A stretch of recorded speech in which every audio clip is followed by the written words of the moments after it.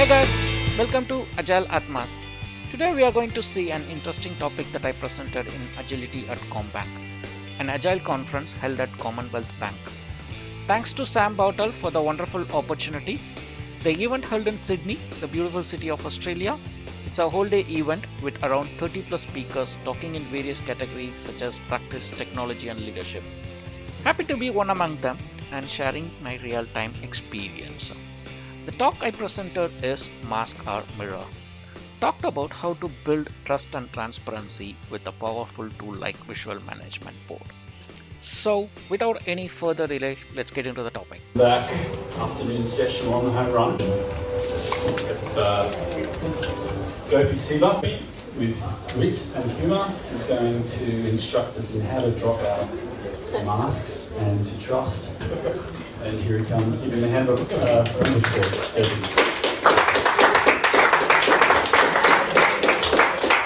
Good afternoon. Welcome to Agility at Commbank. I'm Nicholas Cage. Why? Trust me, I'm Nicholas Cage. See, somebody's already started looking at the posters, looking at the invitation. Who am I? To find out who am I? How do I really look like? Who am I? How do I really look like? Okay, let's see. How do I really look like? Do I look like this? A smart, young, energetic engineer? No. How many of you think I look like this? Good. Do you think I look like this? A geeky, weird guy? Okay. How many of you think I look like this? Bossy.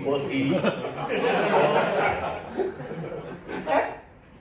And how many of you think like this? I'm a freaky, cool guy. How many of you think like this? By the way, it's all me in different stages. Right? But how do I really look like? Do I look like this? Any of this? None of the above. But why there's an ambiguity? Why some people think I look like the first guy, some think I look like the second guy? Why there's a confusion? Because I have not shown my real identity. I was wearing a mask. I didn't show you who am I. So there's a lot of confusion to know who am I. Right. Where actually we do wear a mask? When we do wear a mask? Generally, we do wear a mask to avoid some tricky situations, to not really want to show ourselves, not to reflect our own self. We'll try to hide ourselves behind the mask. Right? Does that happen to an individual? Not necessarily. That would happen to a project teams as well. Sometimes team get mask, cover themselves. Is that a big mask available?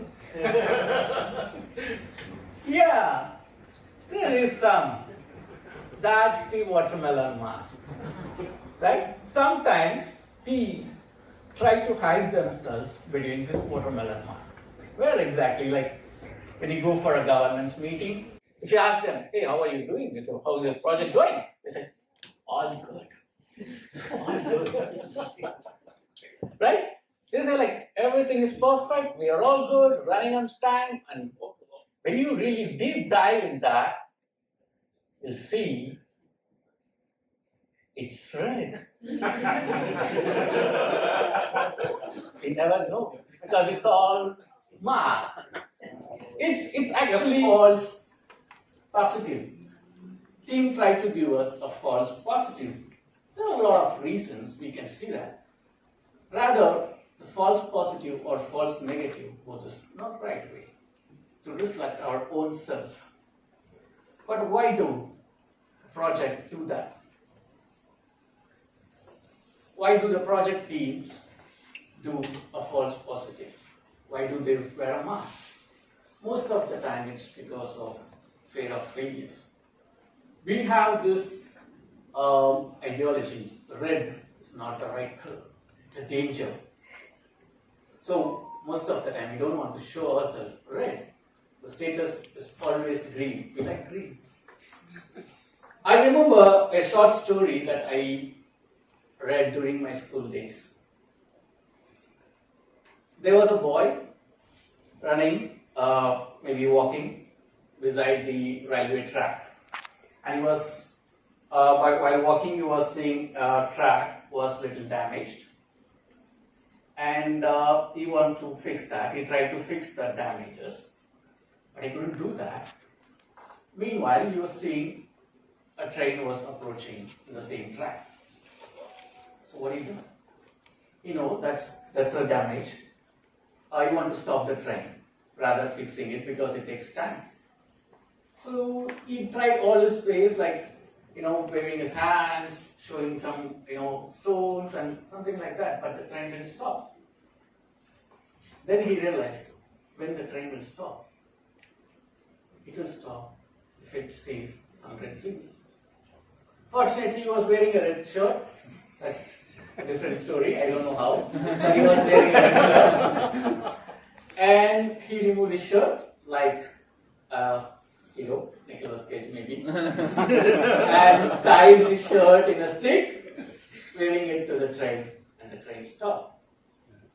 So, what happened? Why did the train stop for the red? Is a red is danger? Then why it's stopping? Red is not actually a danger, it's a lifesaver. Red saved many of the people's lives in the train. We shouldn't be bothered to showcase ourselves red because it saves you, it saves many of the people, right? So that's one of the reasons teams don't want to be in red, but by knowing the fact it's not a danger, it's a lifesaver, we should encourage them. And sometimes, they assume it's temporary. Oh, in a couple of days or a couple of weeks, everything will be normal. Why should I show an interim status to all? What's the purpose? Why should I show? The same story, assume that guy thinks, oh, it's a small fix. In a couple of days, railway department will fix this track.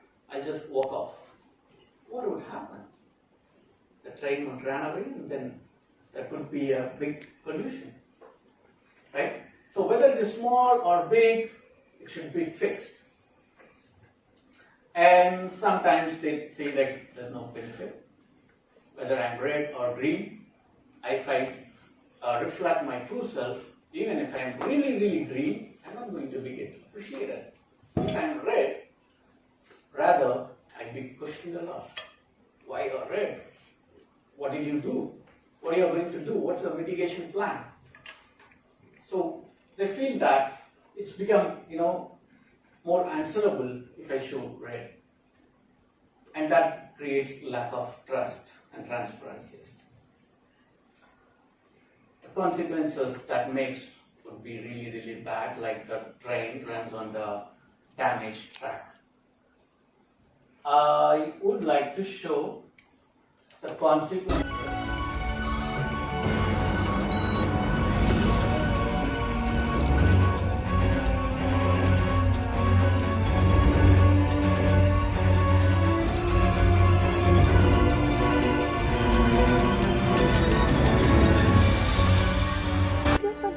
I was hoping you'd come here. Thank you for trusting me. Right now, I don't trust anyone. What is the consequences? Because of the face of your own wife don't trust you. And if she got a gun, you are done. Right? So it's very difficult. It's very difficult. You are being transparent to your wife and make you as a trustable person. It's very challenging, and in this condition, it's really, really challenging. Right? So the consequences will be very bad. The damage that causes will be very bad. If it is for individual, think about the consequences of the projects. Right? Team wouldn't be in a sync. Sometimes they don't have, they themselves don't know what's happening around. They don't know what's the common goal they are working on. They don't know what's blocking them, which causes a big damage to everyone. And maybe that leads to a big schedule cause every other slippages that we have. Consequences of wearing a mask. Okay, what to do now? We have to reflect our own self, but again, wearing a mask and reflecting your own self doesn't make any sense. What we should do? We should remove the mask and reflect ourselves. To do that, we need to have a trust and transparency. We believe that we will not be masked only we trust the people. We believe that trust and transparency are not two different things. It's mutual. If you are transparent, your trust will be automatically built. And if you started trusting each other, definitely you will be transparent. It's a culture, right? We have to build that culture between the teams, within the teams, and with the teams to the leaderships as well. Alright, so we know something is missing. We have to build the trust and transparency. In one of the teams that I coach, rather a platform that I coach, have multiple teams. We thought we have to bring in the culture of, the trust and transparency to enable the team. We decided what to do. We generally, coaches, do one thing. If we have some problem, we'll go into the room and call that as a war room with all our weapons. You know what's our weapon? Post-its, Sharpies, markers. So we'll take all our weapons, go to the war room with our people. We did a big brainstorming to find what to do. And when we were thinking about that and we concluded, we came up with a very simple but a powerful tool. That's your visual management board, your VMB, right? Of course, VMB is very good. It creates your transparency. But how about the distributed teams? We are already distributed. And do we have better VMBs? Yes, we have a VMB for distributed teams as well. But there are challenges, there are limitations. This is an example of a team which is running on 50-second sprint using the digital VMB. And you could see the bundle, which is flat. So we know it's very important, using VMB is very important, and for distributed teams, digital VMBs are the key. We definitely need that, but how to cultivate that culture? How to make them use it effectively? Then we thought, let's start with a simple thing. Let's start with a physical VMB. That creates the culture to the team to use the physical VMB, to use the VMBs effectively. Alright, again, even physical VMBs, we can see all around the CBA, there are a lot of boards, a lot of post-its. How we are going to make them use effectively? That's a challenge. That's a great challenge. Because it's just sticky notes, and after 10 days they don't use it. The sticky notes will be there for months, years. The board will be there for years and years. Alright, so we thought we should do something different. Team came up with some idea, a gamified approach to use the VMBs. They thought it's a teamwork. They thought, okay, let's creatively design something. They had a VMB with a gamified approach with the theme-based boards. If you look at the board, some team comes up with a carom board theme. They had the coins which has to be pocketed, that means done, and they have blockers as red. And when they started using it, they started speaking the language. They said like, okay, I have pocketed 8 story points in this sprint. I have pocketed 5 story points. I've been blocked. And they named this striker as product owner, and the carom powder is their scrum master because he is helping them for the smooth delivery. Right? So they started enjoying it. They started, to know more about what are the things they can display here. And if you take the other one, the Mario, they started, every time they face a blocker, they are trying to break the blocker and move forward. Whenever they feel that breaking the blockers or moving away from the impediments, they feel succeeded. They feel like, wow, I got something, I won something. Right? And fishing, the team enjoyed fishing. Some teams really enjoy fishing, and some teams grow a dinosaur as well. So they started enjoying it, started owning it. Good. It's all good design. They started doing it better. But how long? After a period of time, this will get bored for them as well. So we again into the same war room. Okay, we have to make it as a sustainable model. We decided to have a constructive, competitive thing.